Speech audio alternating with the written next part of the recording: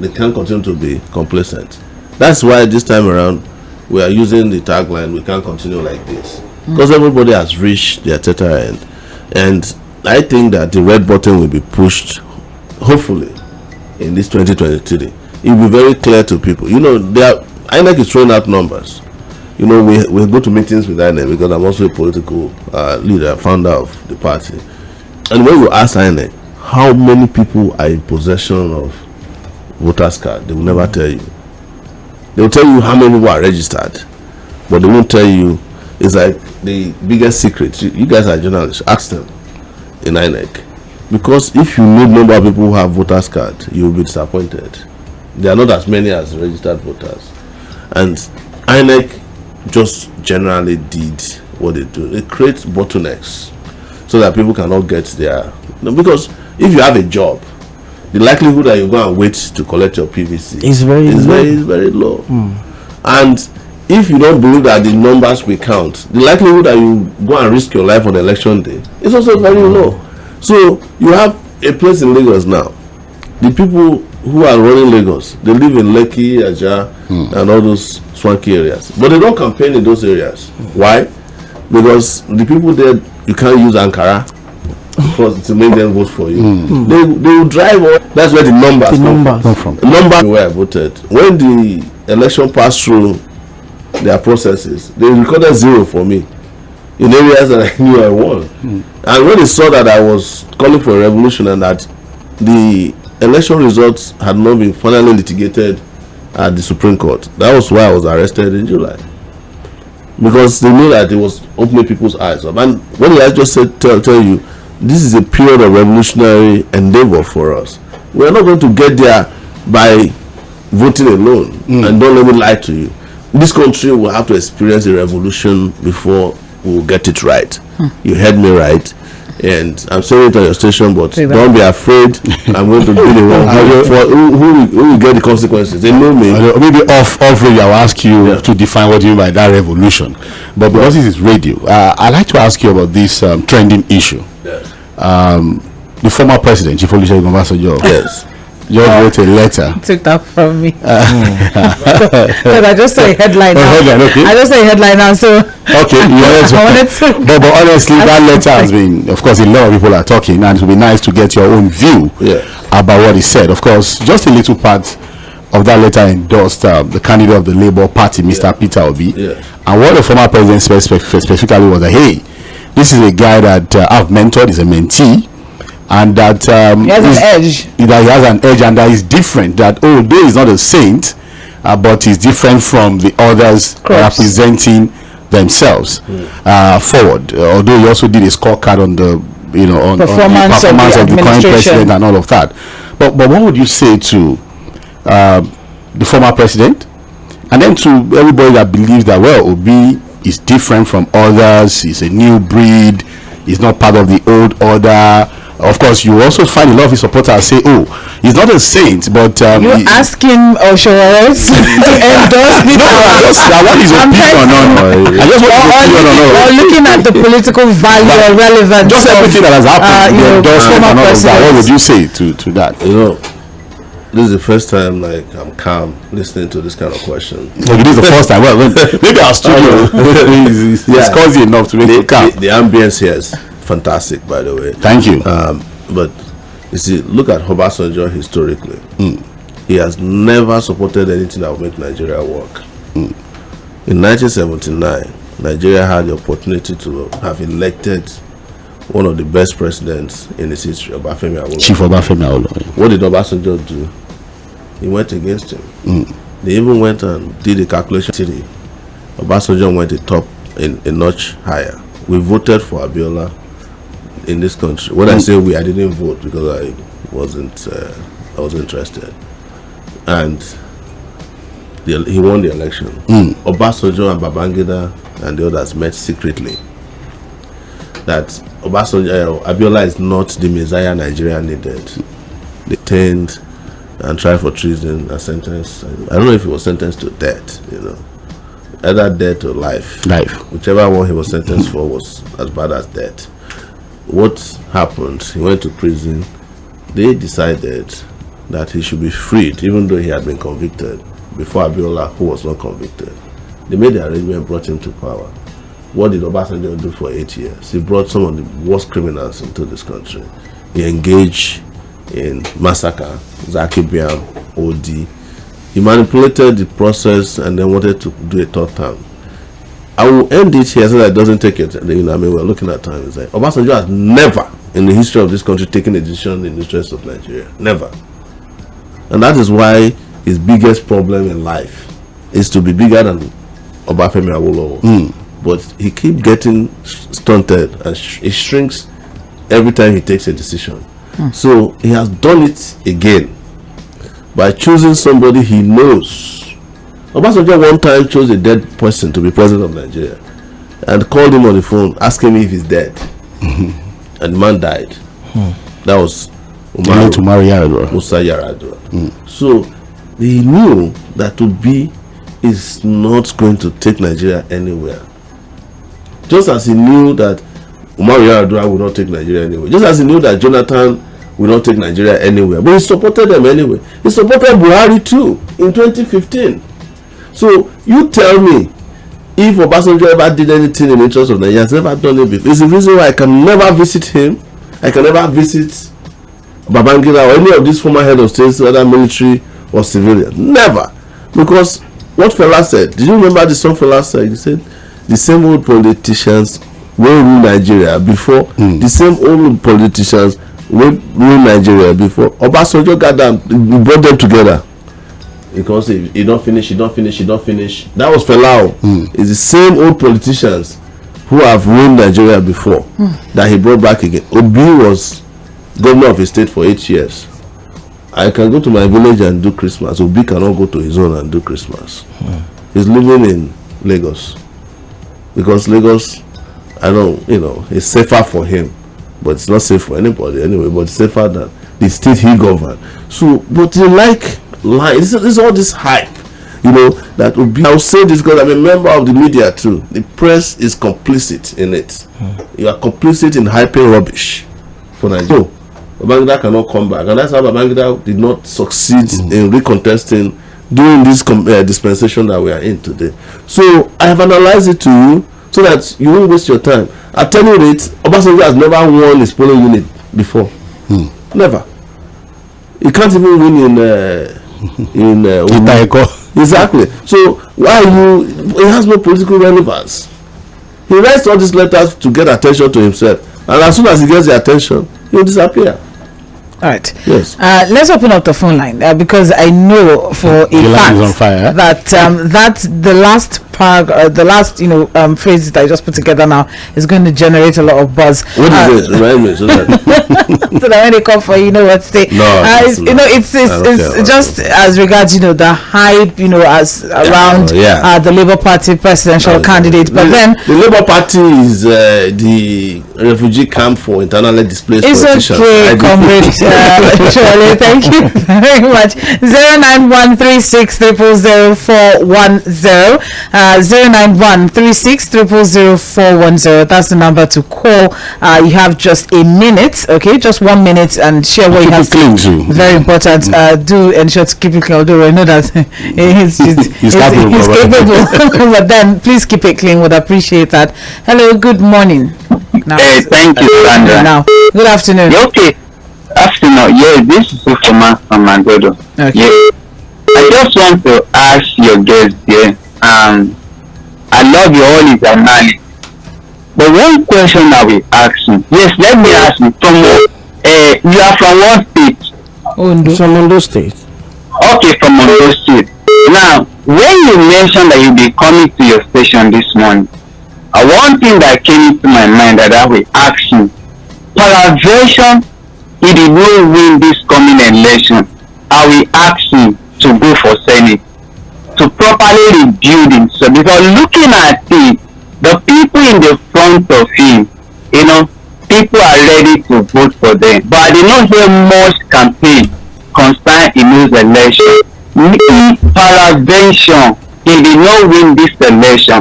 I will plead with you, go for Senate, rebuild the vision. The Bible says the vision is for appointment time. though he will tarry, but at the end of the day, he will speak of himself. In this, is it this 2023 election or in another one? No, yes, if he did not win this one, he should go for Senate. All right. Let's take 3 questions and then we'll I don't think that's a question. I think it was just a comment. It was a comment. All right. Hello. Ooh. I think you put us on hold. Hello. Good afternoon. Hello. Good afternoon. Yes. Good afternoon. This is Michael. Okay, Michael. Where are you calling from? I'm calling from GRA. All right. Please go ahead. Good morning to your crew there. Mr. Sowore, good morning, sir. Good morning and happy new year, my brother. Yes, sir. The same thing to you. God bless you, sir. Thank you. Well, I like your zeal. I like everything that you said. But the problem of Nigeria is that, like you have said it all. They may not allow somebody like you to get to that place. And because of the situation of Nigeria, in Nigeria, people are so blinded in the sense that they will give somebody 2,000 naira, 3,000 naira to buy his vote or her vote. That is the country that we are. Like somebody in Lagos here now, look at how people are following him. He's sharing Marwa, sharing other things. Although that is not my issue. But the issue of Baba Passenger that you have mentioned, when Obasanjo brought late President Yaradua, yes, the Obasanjo may be bad in some ways, but at the same time, it was Yaradua that it was the first president. Yaradua was the first president to reduce fuel price when Obasanjo increased it to 100 naira. Yaradua reduced it back to 60 Do you have or something like that. Do you have a question? Do you have a question? Because so yes, the question is that, to me, I don't believe in Nigeria politicians. I'm sorry to. Okay, thank you. Hello, good afternoon. Hello, good afternoon. Yes, good afternoon. Yeah, keep calling from Aja. Okay. I want to greet my eminent Sowore. That's our student union leader when I was at UNILAC. Incidentally, I was one part of the program, the protest that was organized to address issues about you. Good afternoon, sir. Happy New Year, my brother. The issue of that protest went, and we left. There was we were not sure about the toxic that we heard that was injected into the system. And I think that was what really brought maybe some what do I call it now, sympathy or whatever. Alright. On your own personal part. But now, no, wait. So what's the question? No, because of time. For we that were left behind, we have to suffer the brunt. I'm telling you the truth. So, but we. Hello, good afternoon. Hello, good afternoon. Yes, good afternoon. Good afternoon. Good afternoon. My name is Mr. Michael. Okay. Yeah, our future president. Happy New Year to you, sir. Happy New Year, sir. Thank you so much for joining us. Please, sir, I have a question to ask you. Go ahead. Is it going to be very difficult for you to drop your ambition and support Labour Party? Yes. Please, your question, sir. Please give me your offended. He has answered you. He said he cannot. Wait. I was hoping he would do a follow-up. It was just true about Can I ask my follow-up? I was going to think he was going to ask a follow-up to that. You know, he answered it straight up. He said, yes, that it's going to be difficult for him to... He answered the former question, if he would go to the Senate. Yeah, he said if he doesn't win, will he be thinking of the Senate in the future? Going to the Senate? No, I don't. I get the questions all the time. I've answered it too many times already. Okay. But maybe sometimes it's good to, for analogy to our people, that it's just like you have a child and he gets double promotion from, maybe class 4 to go 6. To secondary school. Okay. Would you say because your neighbor's son, who has not been given promotion, is taller and better looking, you ask your child not to make progress? You won't, right? So, and that's how I see this. But in terms of the most important question about leadership, it's about competence, it's about records, it's about history, it's about vision. And when we talk about vision, like I've always said, vision is not about the thickness of the lenses on your glass. And you have the big glass and not see anything. Yeah. So it's just like he was saying, those who are ahead of you, they seem to, but who is ahead of me that is talking about the issues? No.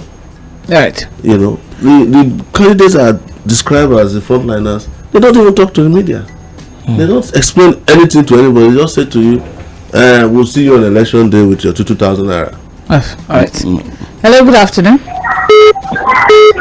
Hello? Yes, good afternoon. Good afternoon. Can I be on the show? Yes, you're live on radio. Oh, okay. Happy New Year, Mr. Sowore. Happy New Year to you. Your name, sir? Good to hear from you. My name is Omoyele, calling from Lagos. Omoyele from Festac. Okay. Alright. No question. I just want to make Mr. Sowore know that some of us, we love him so much. We are proud of you, everything you are doing. Okay. I will keep voting for you till you win. Because we believe in everything you do. Please keep up. Don't mind all naysayers. We really support you. God bless you, sir. Thank you very much. Thank you very much, Mr. Kwempo. Hello, good afternoon. Good afternoon, Sandra. Good afternoon, Mr. Daniela. I greet everyone else. Come with Omoyele Sowore. Good afternoon, sir. Happy New Year to you and good afternoon. Thank you very much, sir, for joining us. Thank you, sir. I've listened to you very well. Honestly, you are my hero. I want to make an appeal and I want to make a request. The thing is just that I want you to please, whatever happens next year, don't give up on this country. I've been following you for many years, honestly. We're in 2023 already. We're in 2023 already. Yeah, 2023 already. What happened during the election, honestly? Not next year. In fact, please, thank you very much, Sandra. What happened this year in election, please, please don't give up on this country.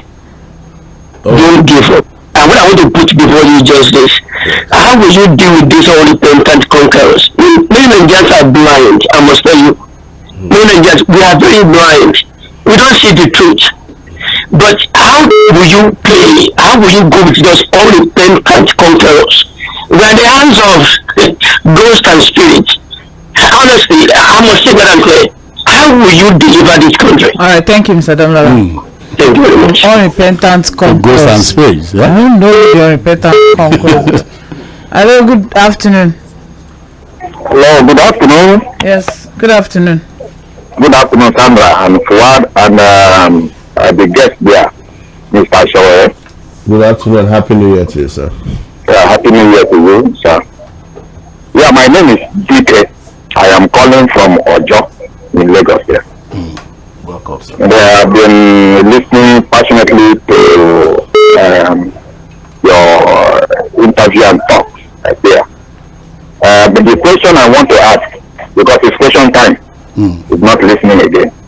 The question I want to ask is that the administration or governance of a country needs experience, tested experience, whether from a local government or to a state or even to senatorial or a representative experience. So at least you start from somewhere. I have not seen you in any of these places. Okay. So how can we now say, okay, let us bank on you because you have prerequisite experience. Explain that to somebody like us. All the other contestants we are talking about, the 3 foremost contestants, have governed somewhere. So they have a basis to assess them. Where do I assess you now? I want to assess you now. Let me understand. But we are to start assessing you. That's a good one. Thank you. All right. DK. Thank you, DK. What you are asking of me is to explain to you that because I have never been an armed robber found in a bank, robbing a bank, I can't be trusted. You're saying that, and I don't have such experience. You're saying that those who have destroyed this country through leadership, their kind of leadership or rulership, their experience, I don't know how to defend that. I don't see that as an experience. It's just like you buy a bunch of cars and somebody comes to you and say, I'm an experienced driver. I used to drive with Julius Berger. He took out your car, crashed the car. You hire another one, he crashes your new car. You hire another one, he crashes your new car. Even though they gave you a CV that's long enough to show that you saw their driver's license that shows that they have been driving. Would you keep hiring the same set of experienced drivers? Definitely not. Experience in my own situation is based on my life experiences as an engagement with the development of the Nigerian nation, which has spanned 30 years. 30 years. And I dare say to you that apart from Atiku, who ran for the primaries of SDP in 1992, there's nobody who can boast of the kind of experience with political engagement in Nigeria as me. And when Atiku lost in that primaries, I won the presidency of the Student Union of the University of Lagos. And you heard people talking about it on radio today, that I was their Student Union president, and I did my best during my time. Do you know how old I was in 1992? I was 21 years old. The democracy we are enjoying today, we all are enjoying today. What experience brought it about is the experience of the student leaders and pro-democracy leaders in this country that brought democracy. If we didn't fight, if we almost didn't lose our lives and spend time in jail, you will not have a 1999 democracy in Nigeria. I'm an experienced fighter. Yesterday we went to my village to swim in the lake, and some people on Facebook were live streaming it. They were asking me, so you didn't wear life jacket? I said, how can you be born in Ondo State? Where I come from? The riverine part of the state. My village people will be disappointed with me if they see me with a life jacket. But that's not the issue. My response is that killed today, we'll cry about it until you get justice if you're killed by police. Alright? If your salary is not paid, the experienced politicians are the ones who don't pay salaries. The inexperienced politicians like us are the ones who make you get your salary paid. The experienced politicians are the ones who close down your schools. The inexperienced politicians is the one who makes sure that they what they are swallowing, they vomit it. What experience are you looking for again? I have scars to show all over my body as an experienced fighter. It is the same way you said Fela had no experience. Now we are playing his music even in church.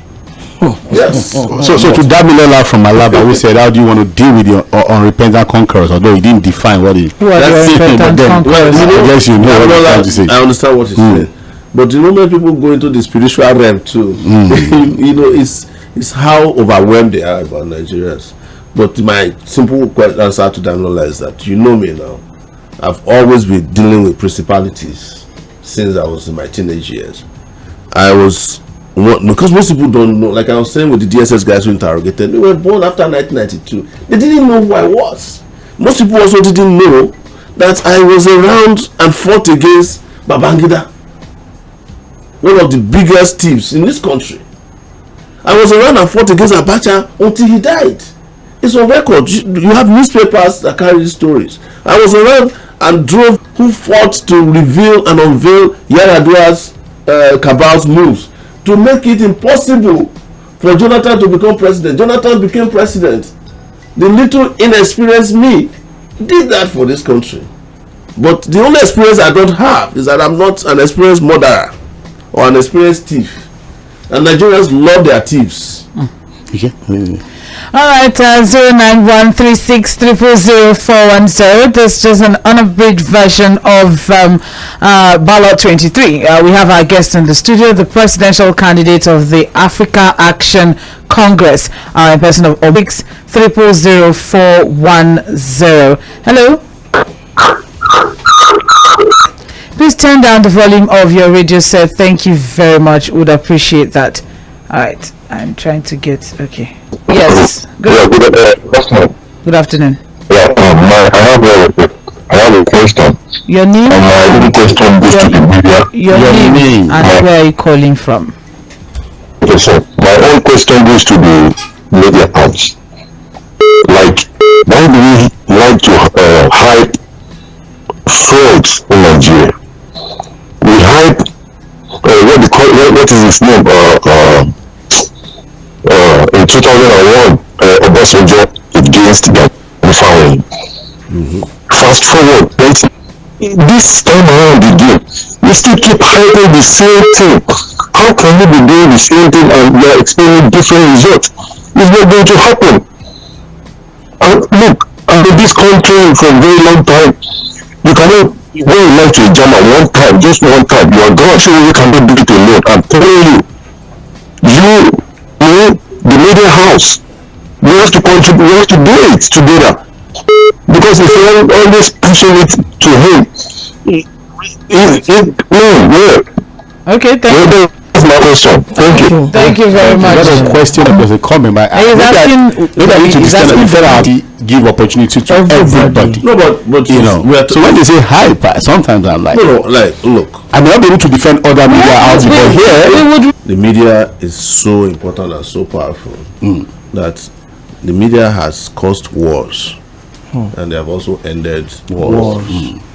The media is very powerful. That is why they call them the protested on the rail. I introduced myself earlier. I'm a member of in 20 I think it was 2008 or so. The UBA had a meeting of all the media leaders in this country, entrepreneurs and practitioners. And I came in, it was the day Sanusi was removed as central bank also. So I told them, I said, what are you doing here? The biggest news in the country is happening at the airport. You are all having seminar. I went to the airport to cover his arrival and how the DSS was collecting his passport. I covered it. Breaking story. All the media people who were, but that's not the point I wanted to make. So I looked at them, I said, all of you are practicing old journalism. You know, I asked for this one, you know, the other person, I'm still pursuing him. But you all know that if you have a sensitive story, the moment you have your story, you have your documents, and you ask the person who's affected, the story is never going to get done. You know, because he will call your guy, or he will try to bribe you, he will threaten you, I'm going to kill you. So sometimes you have to use your judgment to make sure that the story gets out there, it doesn't get killed. And as a result, it may not meet the journalism standard that you were taught in the university. They said, no, that's not how we do journalism. And I told them, I said, the journalists that you are used to will also go extinct very soon. As a matter of fact, most of you, if you're not careful, will lose your job. And you may not be able to find a job with Linda Ikeji. They all got upset. They said, is Linda Ikeji practicing journalism? Why should I say this? The thing is that you are expecting the journalism that you know to keep evolving, but you are not evolving with it. All of you that are printing newspapers in this country today, all the circulation of newspaper in Nigeria, the print is not up to 5,000. I'm not exaggerating. No. Yes. That's the fact. But I'm sure they'll argue with you on that. Punch newspaper used to circulate over 600,000 newspapers per day. All right. But the problem is that the truth today is that the editor and the owner of the newspaper don't read their newspaper anymore because of the digital device.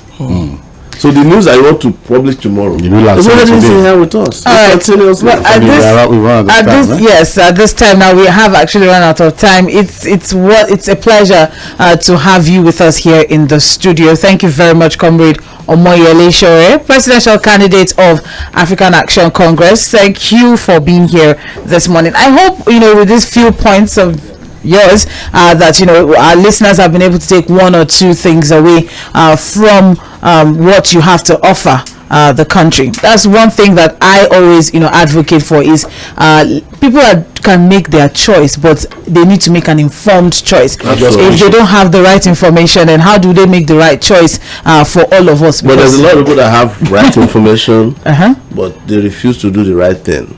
And those are the people that I'm more interested in. To liberate from the darkness of misinformation. They know darkness and light, but they will hide in darkness and try to take out light. Those are the people I'm interested in. All right, 98.3 Mainland FM. Join us tomorrow as we have a Accord gubernatorial candidate, Lagos State, joining us on ballot 23 in the studio by 4 p.m. Okay, that's another time. That's Mr. Akim Dixon. Mr. Akim Dixon, yes, that's another time to talk about governance and contemporary issues in Nigeria. Stay with us.